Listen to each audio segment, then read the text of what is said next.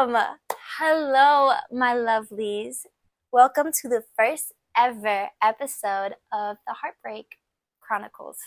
I almost was about to say series, but this will be a series. Just a little disclaimer. But yes, the Heartbreak Chronicles. Thank you guys so much for just taking time to be here with me. And this is just such a blessing to be able to share this space with you. So let's just get into it. My name is Nessa. I am going to be y'all's host and also just the person that's going to walk you through this journey of healing. And when I say journey of healing, it can be anything. I want this podcast to just go over so many things. And I want this to be a shared platform with my listeners. So if y'all have any stories or advice to share, please do not be shy.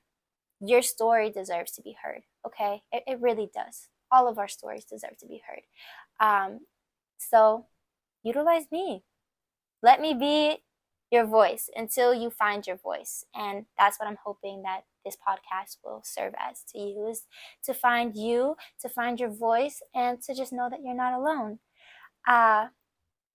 So really quick, I'm 22 years old. I'll be 23 this year, 2003, baby. So if you're born in 2003, comment below, please. But I know many of y'all are thinking like, oh my God, what does a 22-year-old girl have to offer about life advice or relationship advice even? And I'm gonna be honest, that's why I'm here. That is why I'm here, because it's not so much about advice or guidance. It's more so about letting others know that they're not alone. You're not alone. I recently left a toxic relationship, and there was a long-term relationship that I had with this individual. And I know many of us find ourselves either in a toxic relationship, or they find themselves wanting to leave a toxic relationship, or they just left a toxic relationship, right? And this platform is also serving as just a way of me to be able to confine in what has happened and the healing journey. And again, y'all are not alone through this. You're not. And even though everybody's story is different, it's okay. That's what's going to make this community so beautiful. We're going to be able to come together and just talk through everything. So yeah, this podcast and honestly just came to me one night. You know, like I said, I recently left that relationship, and it was like the universe was just calling on me. I was tossing and turning one night, and I was like, oh my God, I should start a podcast. And then swear to God, like that, it was like the Heartbreak Chronicles. Oh my God, dope name. So here we are. Yeah, and like I said earlier, that this series is going to just kind of be a little bit of everything, meaning it's going to cover just life. And like, honestly, it probably is going to be more catered toward womanhood, you know, because that's what I relate to. But again, this isn't everybody's platform. I want y'all to be able to share your stories and educate me even. I'm going to educate y'all, and y'all educate me. That's how I want this to work. This is going to be a healthy relationship, not a toxic relationship, okay? We're not doing that here, baby. With no toxicity in our lives anymore, okay?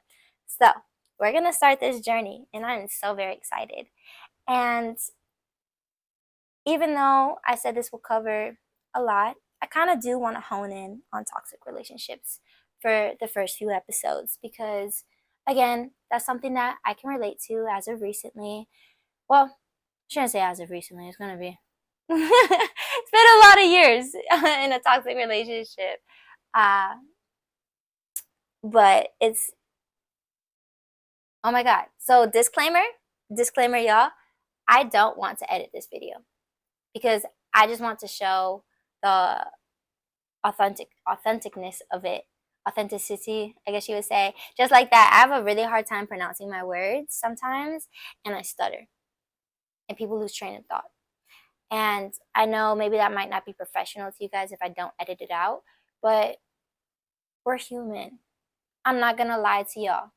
I'm not gonna lie. I'm not. And I don't want y'all to lie to yourselves either. And I think that's what is starting with the journey, is being true to ourselves, being pure to ourselves. And I'm human. I'm going to stutter. I'm going to mispronounce. I'm going to forget what I was even going to say. So I'm going to keep it in this video because, again, we all do it. Nobody's perfect. So I appreciate y'all's patience with me and be able to accept that. Anyways, like I was saying, that this first few episodes is going to cover the toxic relationships. And when it comes to toxic relationships, how do they start? You know what I mean? Like, how do you even know that you're in a toxic relationship? Especially if you're young, right? Like I said, I'm only 22 years old. I jumped into my first ever relationship around like 17. And it was an on and off relationship, right? Up until I was 22. And, at that age, it's like, you don't realize it. You really don't. Not at all. Uh, so this first episode is going to cover the first signs of a toxic relationship and kind of more so like how we lose ourselves before we even notice. And that starts with red flags, right? So don't mind me. I have like kind of notes on my little laptop right here. So if you see me looking off to the side, I'm just refreshing my mind a little. Yeah. So let's say you have your relationship, right? Whether you've been in one, maybe you haven't, but just imagine the start of that relationship, right? You're getting to know this person. Like, oh my God, this is my person. You really like them, but things are still fresh. There really aren't that many red flags, or are there? Because, like I said, sometimes you just don't notice. You probably don't even notice till this day. Because, one, our minds just haven't grown or experienced enough to realize it. Or two, we're just so accustomed to that lifestyle of thinking that's what we deserve. But my loves, that is not what y'all deserve, okay? So, there's going to be early signs, right? So, that could look like something just so harmless. It could look like, let's say, you're on your period, or you're just like really down, and it's been such a rough week. And you go to your partner and you're like, oh, today sucks. Like, worst day ever. And your partner, instead of them being like, oh, I'm so sorry, babe, like, what can I do for you? They're like, yeah, this day is pretty hard on me too. I'm having a rough day too. See, I bet some of y'all, because I used to think this way, I'd be like, oh no, they're having a bad day too. We're in this together. Yeah, that's sweet. It's sweet. But I just told you how I'm feeling. You should have seen throughout this whole week that I've been having a bad week. And now you kind of want to spin it where it's also affecting you. Mm, it just, stuff like that. I know maybe to y'all that's like, oh, it's not a big deal, but trust, it's going to turn into an even bigger deal down the road if you don't at least address it then, or just become aware of that. Like, oh, and guess why? Because later on, you're not going to feel comfortable to tell them, because when you say stuff like that, you kind of want to be babied. You kind of want somebody to comfort you. And when you don't have a partner that's doing that, and instead it's kind of like, oh, me too, you're not going to want to share that stuff with them anymore. So just something to think about, right? And then also another harmless thing that maybe doesn't seem like a big deal then is sometimes maybe they don't listen. They hear you, right? But they don't listen. For example, from what I just said, let's say you do go to your partner, hey, I'm not feeling good, da da da. And they're like, oh my God, I'm so sorry. What can I do? Da da da. And you're like, you know what? I would love to go out on a date this week. I really need some like you and me time. And they're like, oh, of course, like, of course. Fast forward in the week, no date has happened. There's been no effort. There's been, it's back to normal, you know. It may seem harmless, like, oh, they forgot, but that is dangerous, guys, because you're making excuses for them. You are. But like I said, you don't know it at first. Like, I've been there. I've been there.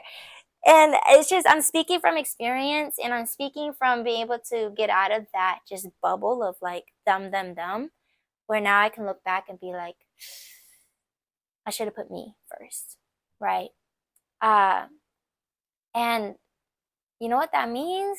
It means you're compromising yourself. You're compromising your preferences, your routines, your boundaries, because you're starting to put this person first. Because it will turn into, oh, let's say them, they're having a bad day. And now you want to be the person that you feel that they should be to you. So you're going to go all out. You're going to, you know, maybe rub their feet. You're going to give them a massage. You're going to bring some hot tea. You're going to like, let's do a movie night, like whatever you want, babe.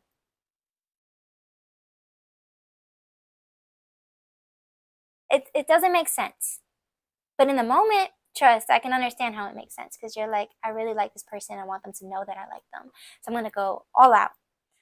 But at the same time, you have to study for your chemistry test. Or at the same time, you have to study for a fitness test. Or you have to study for the board.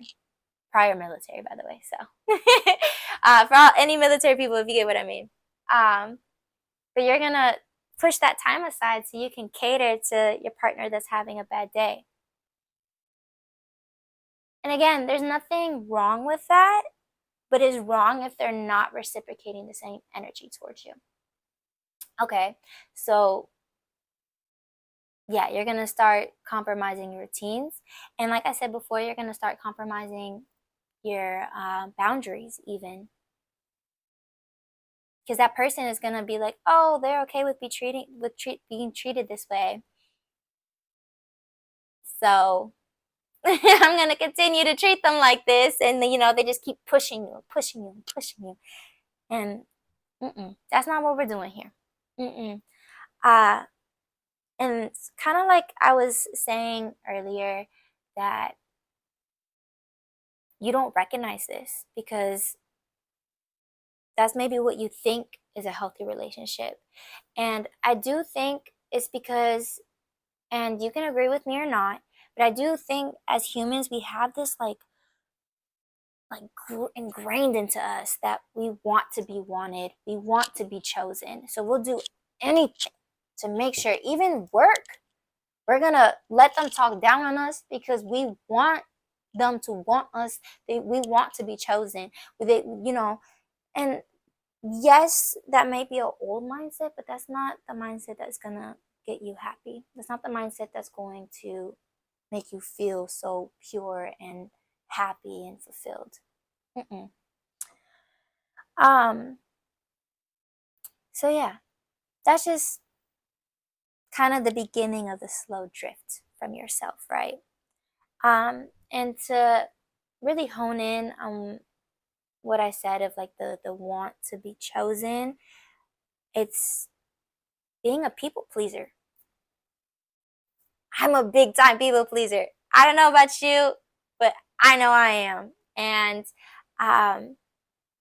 with that, it can be really detrimental to a relationship because you're constantly wanting to, in friendships even, you're wanting your partner to need you and to want you. You're wanting your friendship to want you. And it's like, I don't like Italian food, but I know they really like Italian food. So we're gonna go. I'm gonna suck it up. And then you start doing that for all the things. I don't really want to move in with them, but you know what, they're right.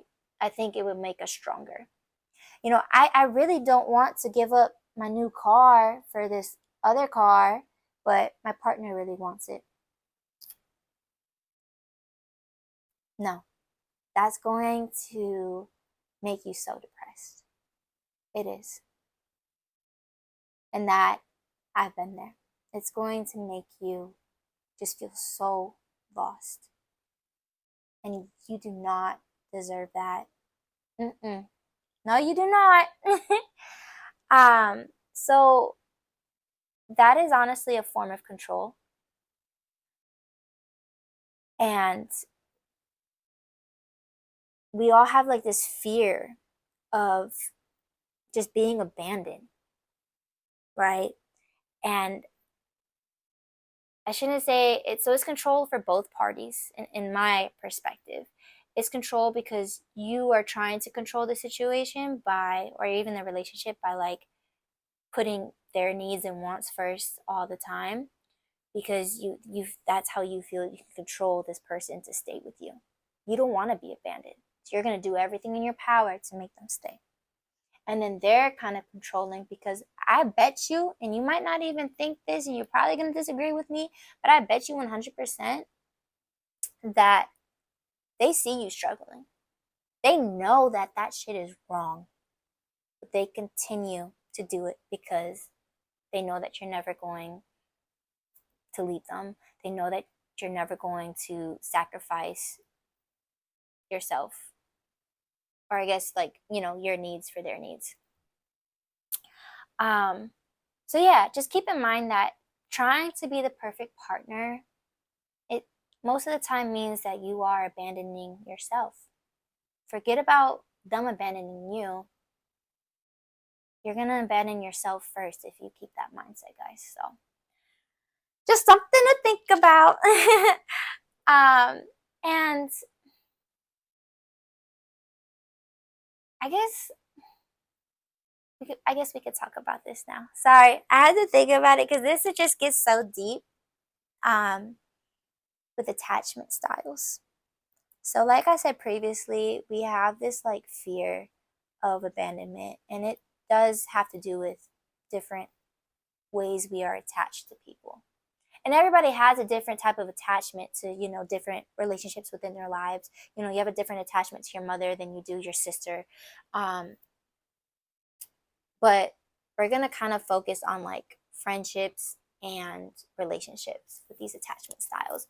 So these attachment styles were initially made by John Bowlby and Mary Ainsworth. They are like psychologists, and they put together these attachment styles of kind of like how humans operate. And I just found it very interesting. And so you have a secure attachment, which is thumbs up. That was the good one. That means that you have a secure relationship with yourself, and you have a secure relationship with your partner. You guys are both like doing good mentally. You guys are both have like your self-confidence. You guys are both know that if things were to end, it'd be okay. The world would not end.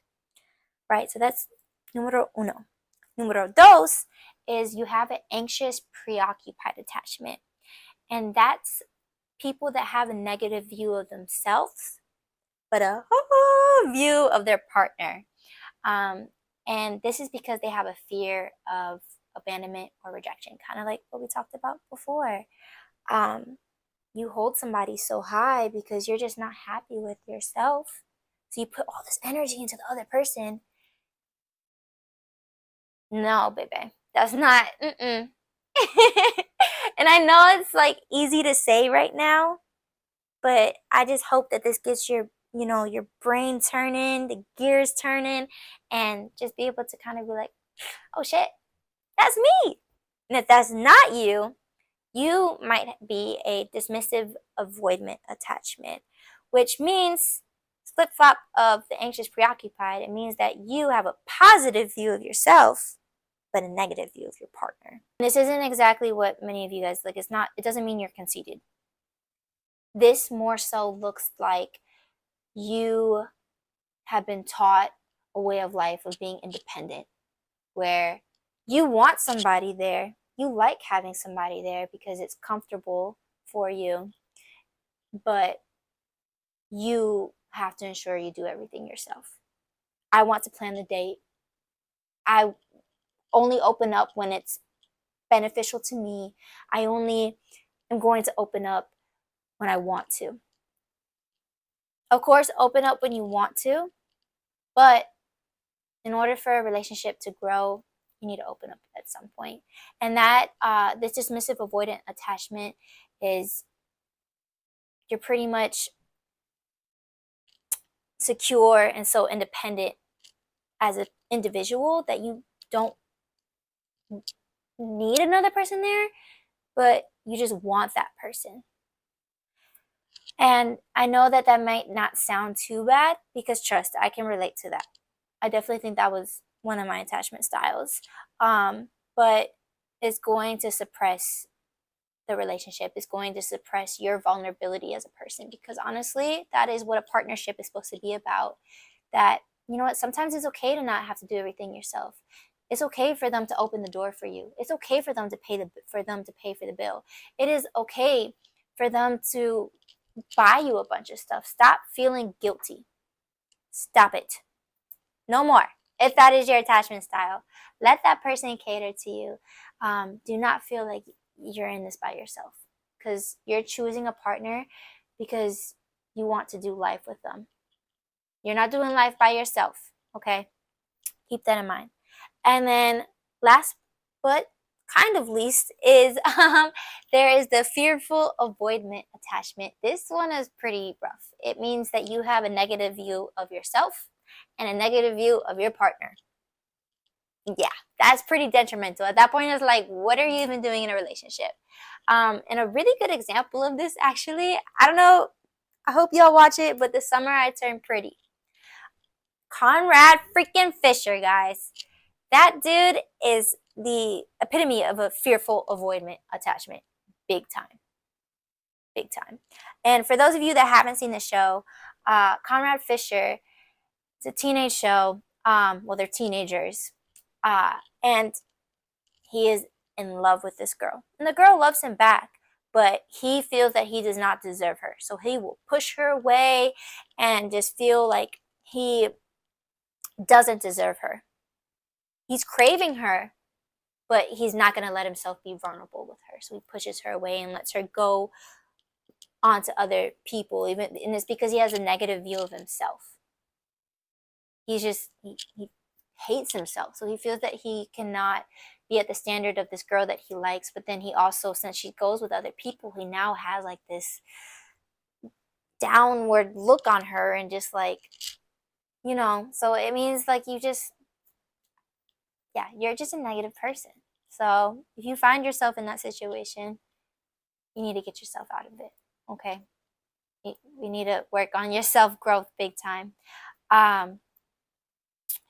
And to kind of sum up these 4 attachment styles, and if you want to delve deeper into it, just look up the 4 different attachment styles. But also there's an amazing book that I will leave down below called Boundaries, Where You End and I Begin. And this is by a author named Katherine. It's a very short read, really good read, and it just kind of goes over why we have these attachment styles. Because pretty much 100% of the time it's because of our childhood. If you saw a really bad relationship growing up, whether it's your parents or whoever raised you, that is going to have a big effect on your future relations with other people. Even if it is just childhood friendships that you have with another person, if you didn't treat that person right, or maybe that friend was horrible to you, or if you were in a friend group that treated you horrible, your future relationships are going to reflect that. So the book kind of just goes over and makes you understand like why you are the way you are. And it really helped me come to terms of like my attachment style and how to move forward with that. And with that being said, just remember that your attachment is not a flaw, okay? But I see it more so as a map. It is going to guide you on how you operate, on being able to become aware of like, oh my God, I do have this attachment style, but I know I can fix that, or I know what my needs and wants are, and I'm going to cater to that. So don't be afraid of your attachment style. Take control of it. Okay. So moving forward, I hope my video doesn't end. um, so we kind of, we covered red flags, we covered attachment styles, and I do want to kind of hone in and again on the red flags. And I know I mentioned it previously, but we make excuses for these red flags, right? We justify their behaviors due to whether they have past trauma or they're going through a hard time and, oh, I can fix them. We say that probably for most of our relationships in our life, whether it's with our mother, our father, older siblings, younger siblings, partner, best friend. We have this in our mind that we can help them. We want to help them. We know that they can change, but sometimes they can't.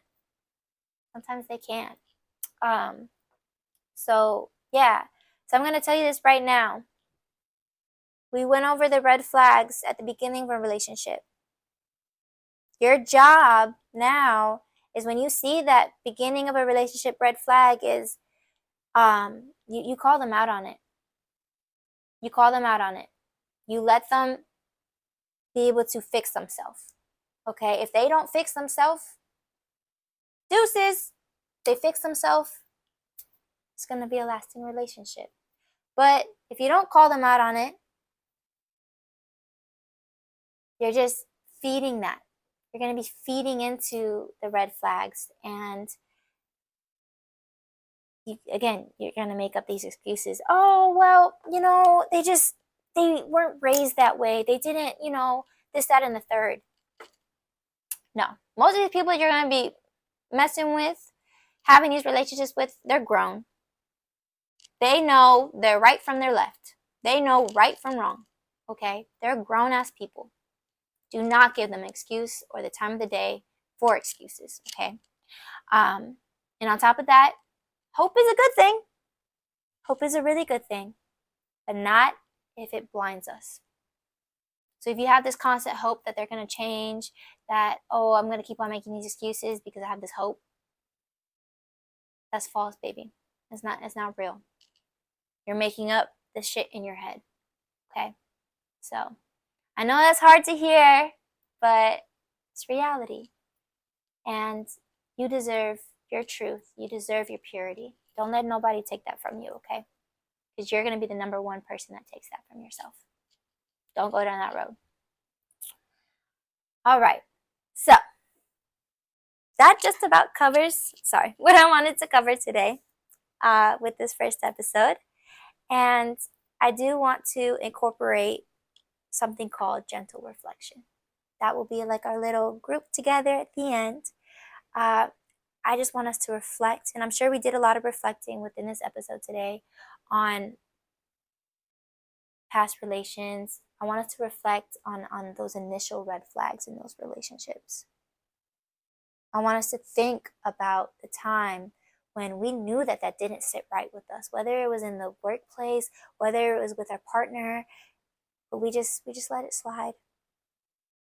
But I want you to imagine yourself not letting that slide. And imagine what your life would look like today. And now, take that shit out your mind. Because it happened. It happened. You reflected. Boom, we reflected.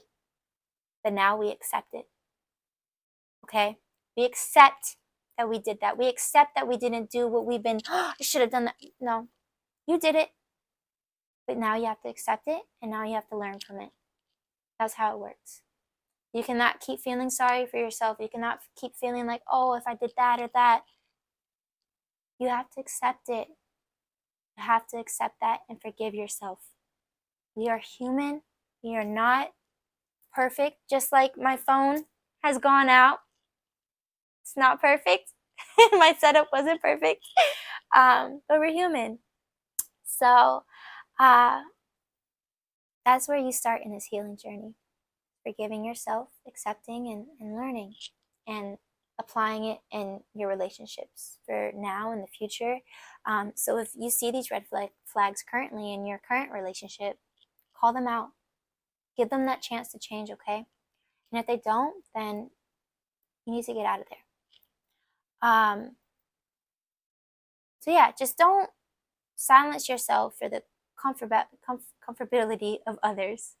Don't do it. Don't silence your voice. Your voice deserves to be heard, okay? And your voice deserves to be heard because I'm giving y'all some homework. Yep, this podcast isn't going to be that easy, y'all. I'm giving y'all some homework to do for yourself. So part of accepting that you kind of, lost yourself within a relationship or you lost yourself in life in general is finding yourself again.